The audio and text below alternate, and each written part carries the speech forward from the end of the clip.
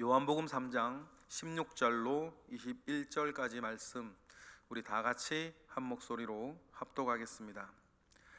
하나님이 세상을 이처럼 사랑하사 독생자를 주셨으니 이는 그를 믿는 자마다 멸망하지 않고 영생을 얻게 하려 하심이라. 하나님이 그 아들을 세상에 보내신 것은 세상을 심판하려 하심이 아니요 그로 말미암아 세상이 구원을 받게 하려 하심이라. 그를 믿는 자는 심판을 받지 아니하는 것이요 믿지 아니하는 자는 하나님의 독생자의 이름을 믿지 아니하므로 벌써 심판을 받은 것이니라. 그 정죄는 이것이니 곧 빛이 세상에 왔으되 사람이 자기 행위가 악함으로 빛보다 어둠을 더 사랑한 것이니라.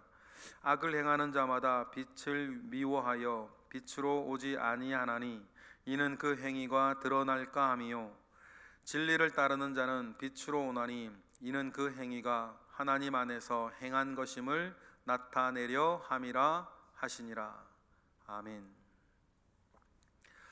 오늘 우리가 읽은 이 본문은 요한복음 3장 16절, 교회를 다니는 사람은 가장 먼저 듣고 가장 많이 듣고 또 우리가 누구나 외우고 있는 복음에 담겨 있는 하나님의 그 위대한 사랑, 복음의 위대한 내용을 우리 가운데에 알려주고 있는 귀한 본문이겠습니다.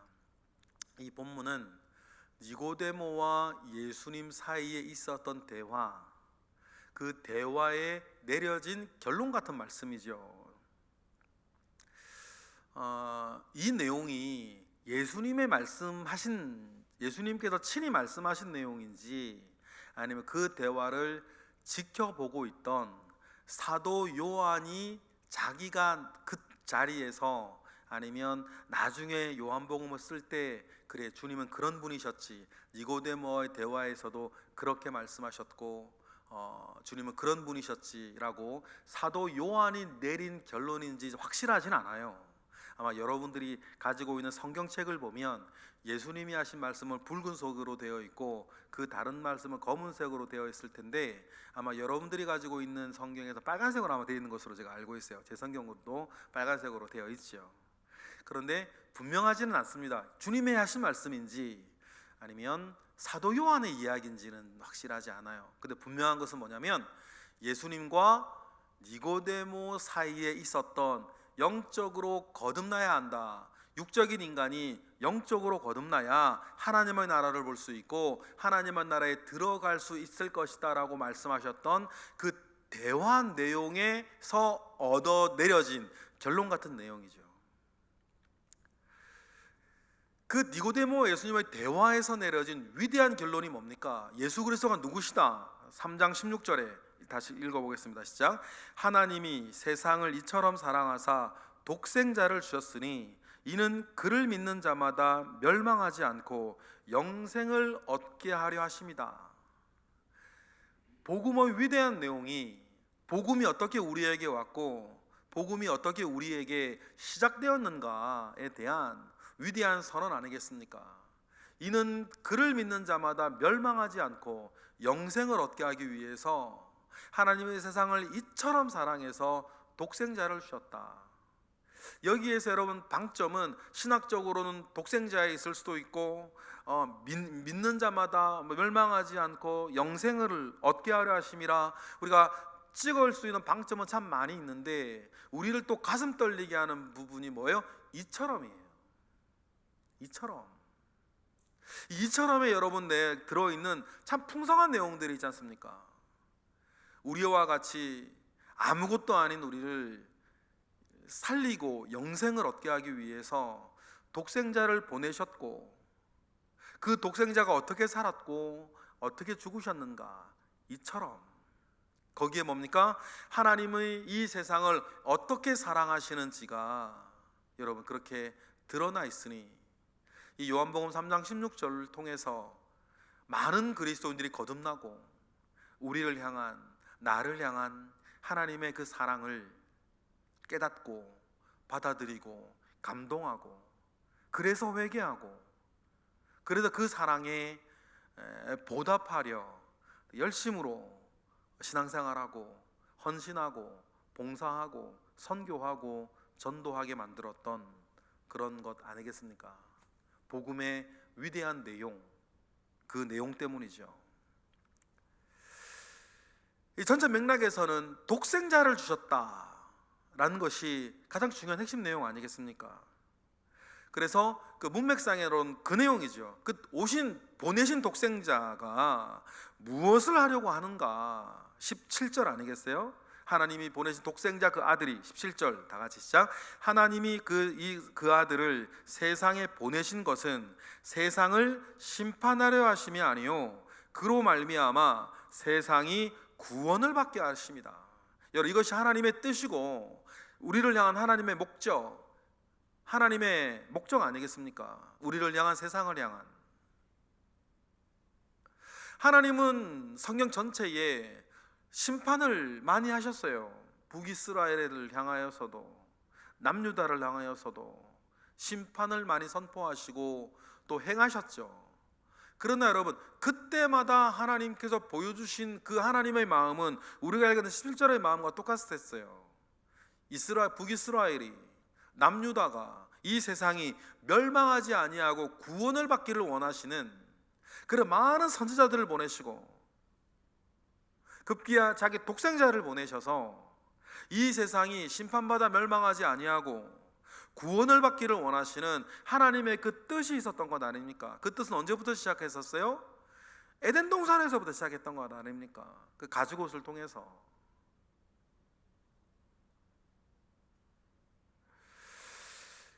지금도 마찬가지입니다. 지금도 이 세상 가운데에, 이 세상에 많은 사람들이 살고 있고 그 가운데는 여러분의 가족이 있고 여러분 친구도 있고 동료도 있고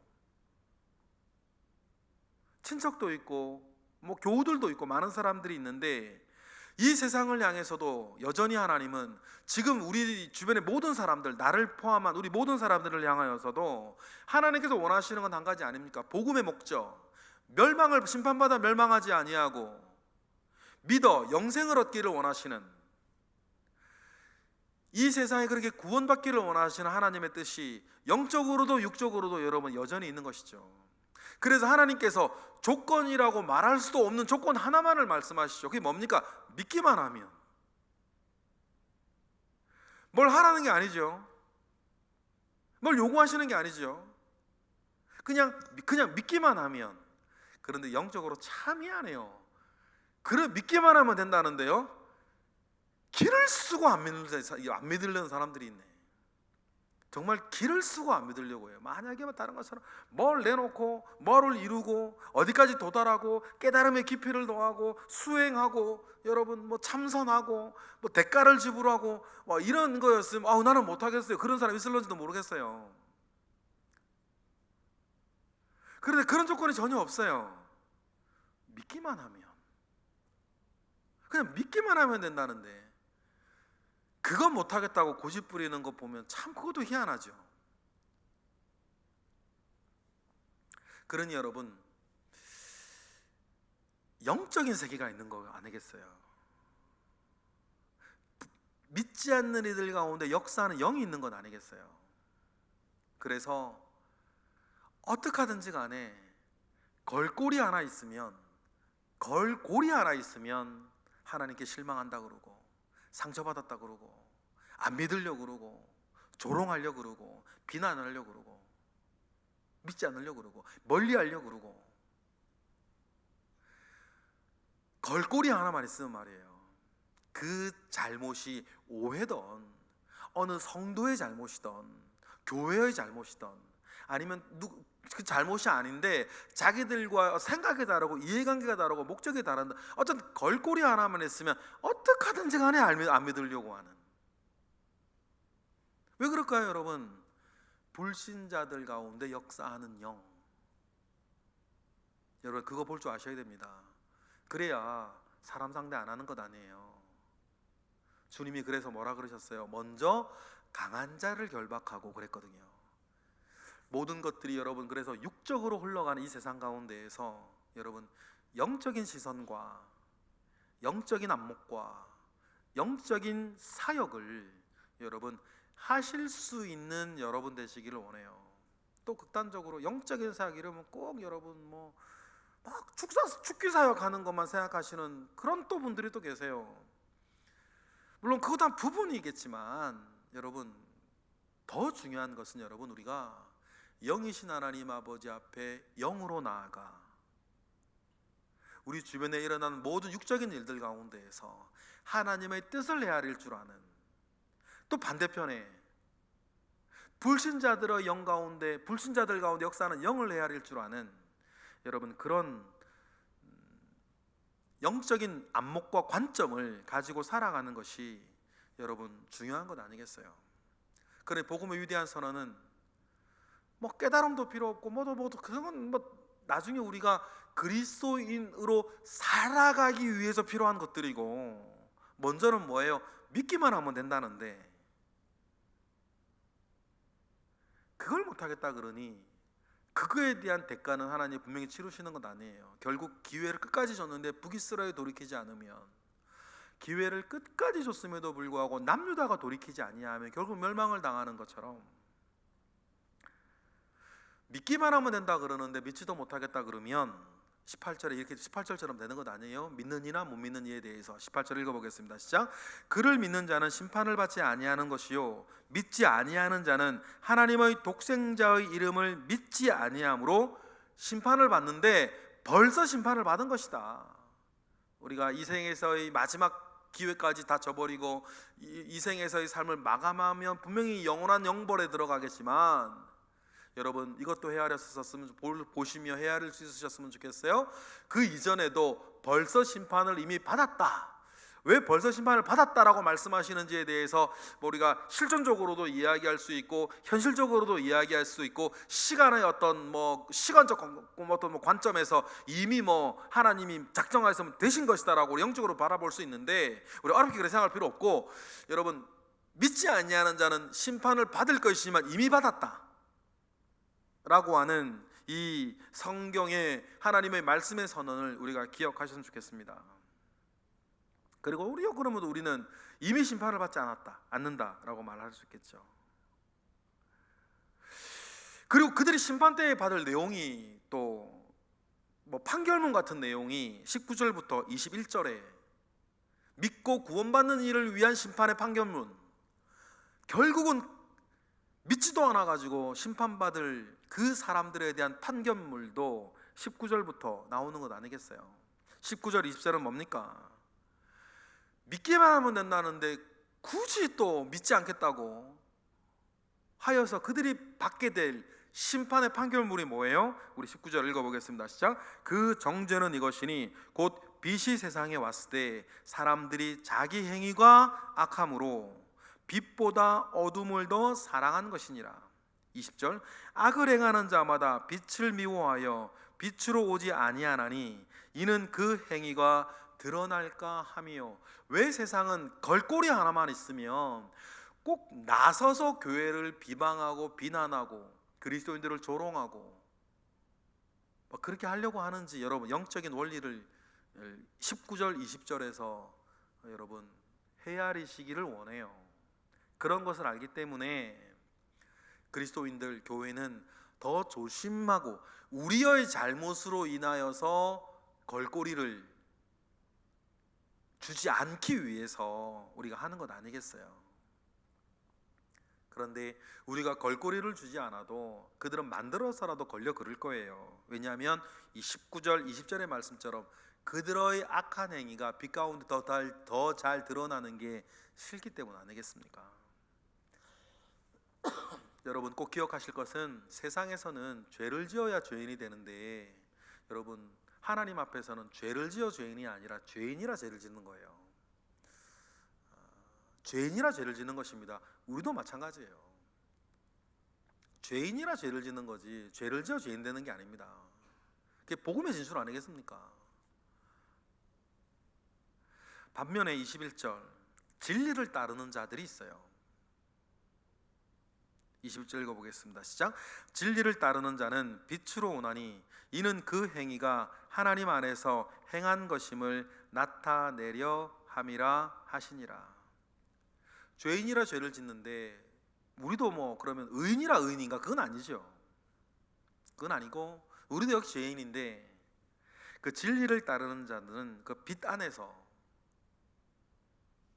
우리의 죄가 용서받았다는 사실들을 그 알고 회개하고 돌이켜 돌아온 것 아니겠습니까?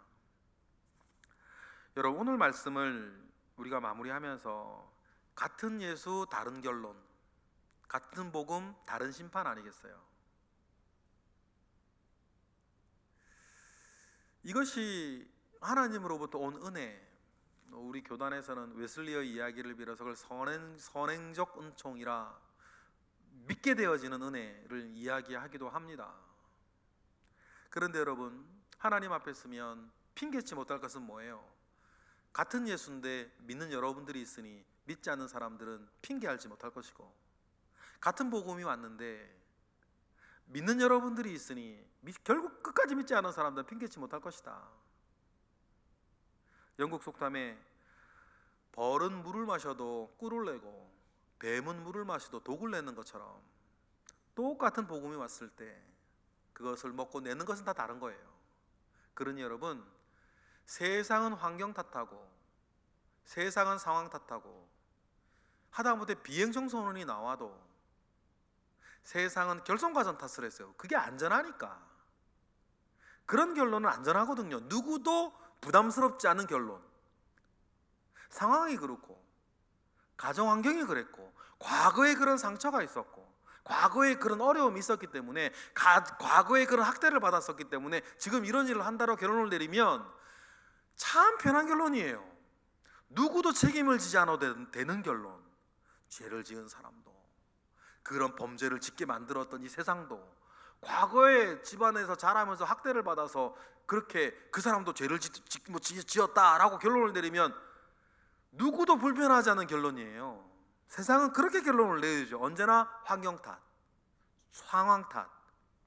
그러면서 뭐는 안 하고 회개는 안 하고. 여러분, 그렇지 않습니다. 똑같은 상황에서도 똑같은 환경에서도 여러분 오히려 더 잘 되어지고 더 바른 생각 가운데에 잘 자란 사람들이 얼마나 많이 있습니까? 여러분들 가운데서 제가 일일이 사정을 다 알 수는 없는데 결손 과정이 만약에 원인이 맞다면 결손 과정에 자란 사람들은 다 잘못되었어야지. 저만 안 들어도 저 같은 결손 과정이 어디 있겠어요? 그러니 영국 속담 참 그 말이 맞죠. 벌은 물을 마셔도 꿀을 내고 뱀은 같은 물을 마셔도 독을 낸다. 결국 뭐예요? 하나님 아버지 앞의 존재의 문제라는 거예요. 같은 복음, 같은 예수 안에서 하나님께서 우리에게 은혜 주셔서 믿게 하셔서 영벌 받지 아니하고 영생 얻게 하신 그 은혜가 우리 가운데 있었다. 이 1만 달란트를 탕감받은 은혜가 있으니 그 은혜 위에서 여러분 백데나리온의 모든 사건 사고 속에서도 은혜로 이기시고 예수로 이기시고 믿음의 주 온전케 하시는 예수를 바라보고 승리하시며 하늘에 계신 하나님 바라보고 위로받으시고 끝까지 승리하시는 저와 여러분 되시기를 주님의 이름으로 축원합니다.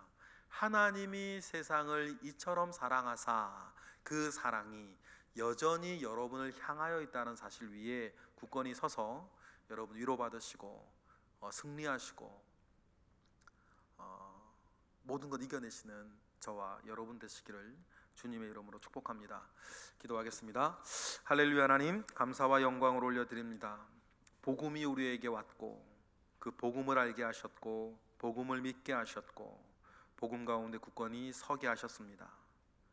주님, 은혜 위에 은혜를 더하사 복음으로 구원받았으니 우리의 삶도 복음 위에 서 있게 하시고 우리로 말미암아 다른 많은 사람들에게 구원의 기회들이 영적으로도 육적으로도 온전히 전하여져서 세상을 향한 그 모든 사람들 한 사람 한 사람을 향한 하나님의 선하신 뜻이 이루어질 수 있도록, 그래서 모든 이들이 심판받을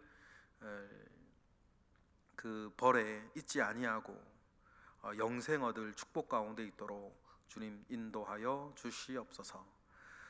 이 시간 드려질 첫 번째 예물 가운데 주님 함께 하옵소서. 드려지는 예물과 또 이 시간 새벽을 깨워드리는 모든 기도 가운데에 주님 역사하시옵소서. 예수 그리스도의 이름으로 감사하며 기도드렸나이다. 아멘.